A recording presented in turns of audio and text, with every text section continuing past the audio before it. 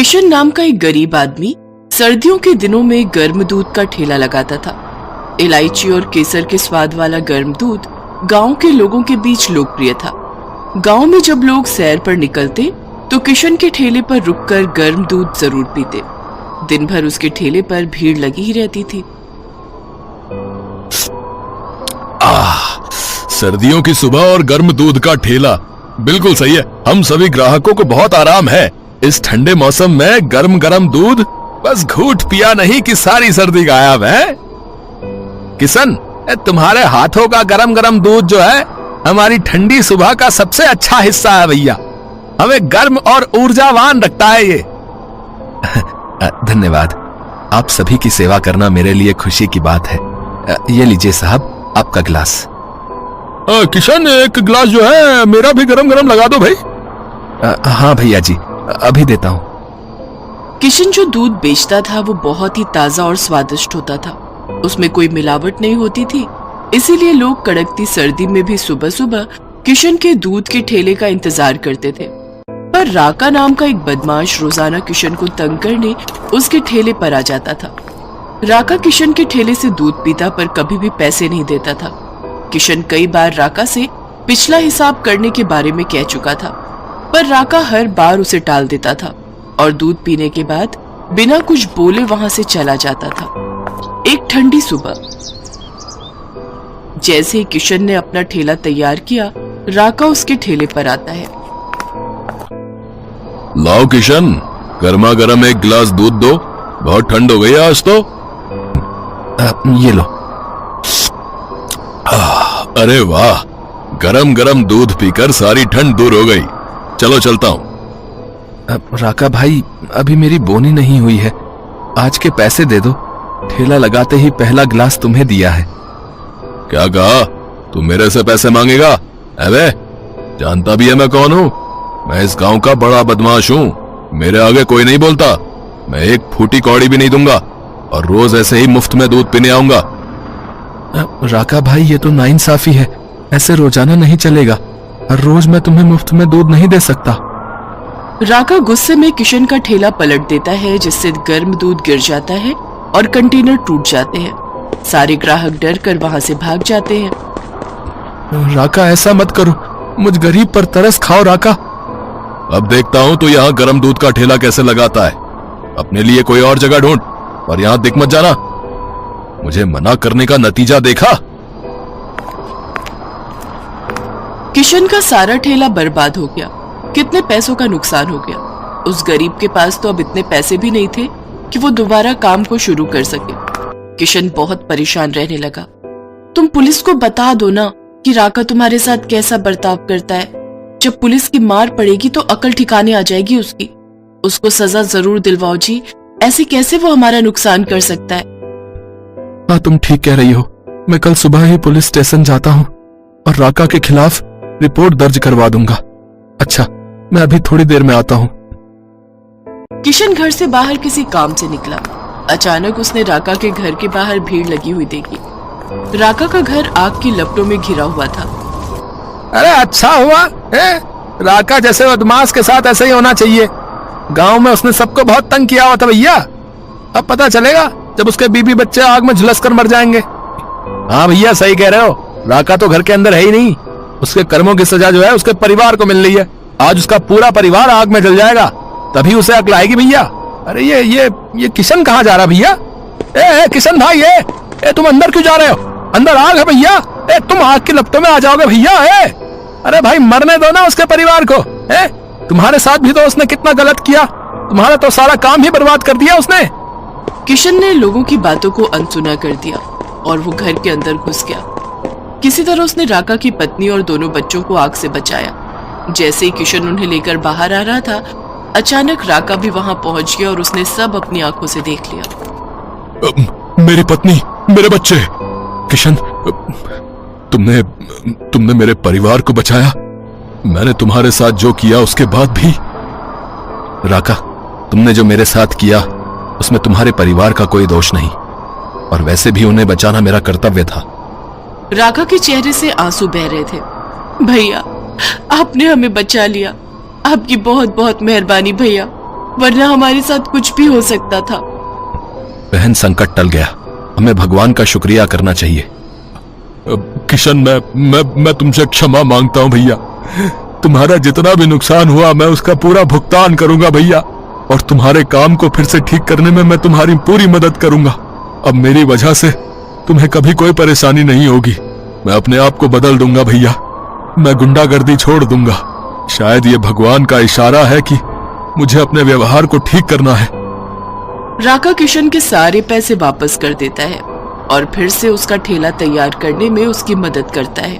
उस दिन के बाद राका ने किशन को बिल्कुल भी परेशान करना बंद कर दिया और बदमाशी और गुंडागर्दी भी छोड़ दी। ये देखकर सभी गांव वाले किशन की बहुत तारीफ करते हैं कि आज किशन के अच्छे स्वभाव के कारण राका जैसा बदमाश गुंडा भी सही रास्ते पर आ गया।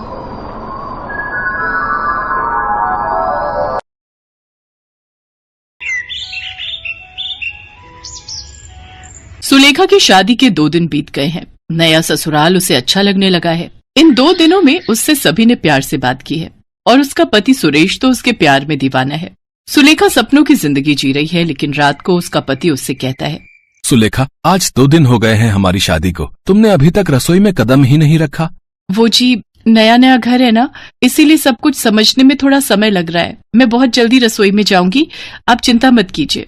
बहुत जल्दी नहीं, तुम कल ही रसोई में जाओगी और नाश्ते में चाउमीन बनाओगी। तुम्हें जिस दिन हम देखने गए थे उस दिन चाउमीन बहुत बढ़िया बनाई थी तुमने, कल वही बनाना, ठीक है?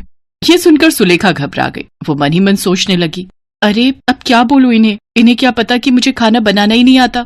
सुलेखा उसी दिन के बारे में सोचने लगी। असल में उसने खाना बनाना कभी सीखा ही नहीं था, लेकिन उसकी माँ ने उससे कहा, आज तुझे देखने लड़के वाले आ रहे हैं।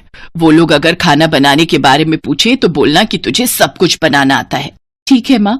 सुलेखा सज धज कर लड़के वालों के सामने बैठ गई। सुलेखा की माँ ने रेस्टोरेंट से खाना मंगाकर उनके सामने रख दिया। तब बिमला ने कहा, अरे बाप रे, इतना सारा खाना। हाँ जी, सब कुछ मेरी बेटी ने अपने हाथों से बनाया है, खाकर देखिए। रेस्टोरेंट का चाउमीन बहुत अच्छा था। चाउमीन खाकर सभी सुलेखा की बहुत तारीफ करने लगे। वाह, चाउमीन तो बहुत स्वादिष्ट है, मुझे चाउमीन बहुत पसंद है। हाँ बेटा, अब तुझे हर रोज चाउमीन खाने को मिलेगा, बस एक बार ये शादी हो जाए। और शादी हो भी गई। अब सुरेश चाउमीन खाने के लिए जिद करने लगा। अगले दिन सुबह सुलेखा नींद से उठी और उसकी जेठानी ने उससे कहा, सुलेखा, जल्दी से रसोई में जाओ और हमारे लिए चाउमीन बना कर लाओ, देवर जी कब से इंतजार कर रहे हैं। हाँ सुलेखा, जल्दी से चाउमीन बनाओ, पेट में चूहे दौड़ रहे हैं। सुलेखा पूरी तरह से घबरा गई। वो रसोई में चली गई और अपनी माँ को कॉल लगाया। क्या बात है बेटी, सुबह सुबह कॉल क्यों किया? सब कुछ ठीक तो है ना? नहीं माँ, गड़बड़ हो गई। ये लोग मुझे चाउमीन बनाने को कह रहे हैं। आपने उस दिन झूठ क्यों बोला था? झूठ नहीं बोलती तो तेरी शादी कैसे होती? तुझे खाना बनाना नहीं आता है, इस वजह से वो लोग तुझे कभी नहीं अपनाते। अब तो मैं भुगत रही हूँ ना माँ, अब मैं चाउमीन कैसे बनाऊँ, आप ही बताइए। बहुत आसान है बेटी, पहले पैकेट से चाउमीन को निकाल कर पानी में उबाल ले, उसके बाद सब्जियों को तेल में फ्राई कर ले, उसके बाद। कभी वहाँ सुलेखा की सास आ गई। सुलेखा को फोन काट देना पड़ा। क्या बहू, चाउमीन बना रही हो ना? बनाओ बनाओ, मेरे मुंह में पानी आ गया है। क्या जबरदस्त चाउमीन बनाई थी तुमने उस दिन। धन्यवाद माँ जी, लेकिन क्या तुम्हें कुछ मदद चाहिए क्या? नहीं नहीं, मदद की जरूरत नहीं है, मैं कर लूंगी। ठीक है बहू, अब जल्दी से बनाओ। ये कहकर बिमला चली गई। सुलेखा ने फोन की ओर देखा, फोन की बैटरी खत्म हो गई थी। अरे यार, ये भी कोई टाइम है बैटरी खत्म होने का। माँ ने क्या कहा था? चाउमीन को पानी में उबालना पड़ेगा। हाँ, मैं वही करती हूँ। सुलेखा के पसीने छूटने लगे, लेकिन सुलेखा ने हार नहीं मानी। उसने पैकेट से चाउमीन निकाली और उबलते हुए पानी में डाल दी। जब तक चाउमीन उबल रही है मैं सब्जी काट लेती हूँ, गाजर, बीन्स और प्याज। हाँ, इतना तो पता ही है मुझे। सुलेखा गाजर काटने के लिए तैयार हो गई। उसने एक हाथ में गाजर को पकड़ा और एक हाथ में चाकू को पकड़ा। वो जैसे ही गाजर को काटने गई, वैसे ही गाजर उसके हाथ से फिसल कर बर्तनों से टकरा गई। सारे बर्तन नीचे गिर गए। बर्तन गिरने की आवाज से बिमला और सावित्री वहां आ गई। क्या हुआ बहू, क्या हुआ? बर्तन कैसे गिर गए? तू ठीक तो है ना सुलेखा? हाँ दीदी, ठीक हूँ। वो माँ जी, बर्तन में हाथ लग गया था। आप चिंता मत कीजिए, आप लोग जाइए, मैं चाउमीन बनाकर लाती हूँ। बिमला और सावित्री चली गई। सुलेखा बहुत मुश्किल से गाजर काटने लगी। गाजर को उसने मोटा मोटा करके काट लिया। उसके बाद उसने उसी तरीके से बीन्स भी काट लिया। लेकिन उसके बाद जब वो प्याज काटने लगी तब उसके तोते उड़ गए। प्याज काटने की वजह से उसकी आंखें जलने लगी। उसकी आंखों से आंसू गिरने लगे। ये क्या हो रहा है मेरे साथ? इससे अच्छा तो मैं शादी से पहले खाना बनाना सीख लेती। मुझे घर जाना है, माँ मुझे ले चलो। लेकिन अब रो के क्या फायदा, शादी तो हो गई है ना, काम तो करना ही होगा, खाना भी बनाना ही होगा। यही सब सोचकर सुलेखा फिर से चाउमीन बनाने में लग गई। प्याज काटने के बाद उसका ध्यान उबलते हुए चाउमीन पर गया। इतनी देर से उसने चाउमीन पर ध्यान ही नहीं दिया था।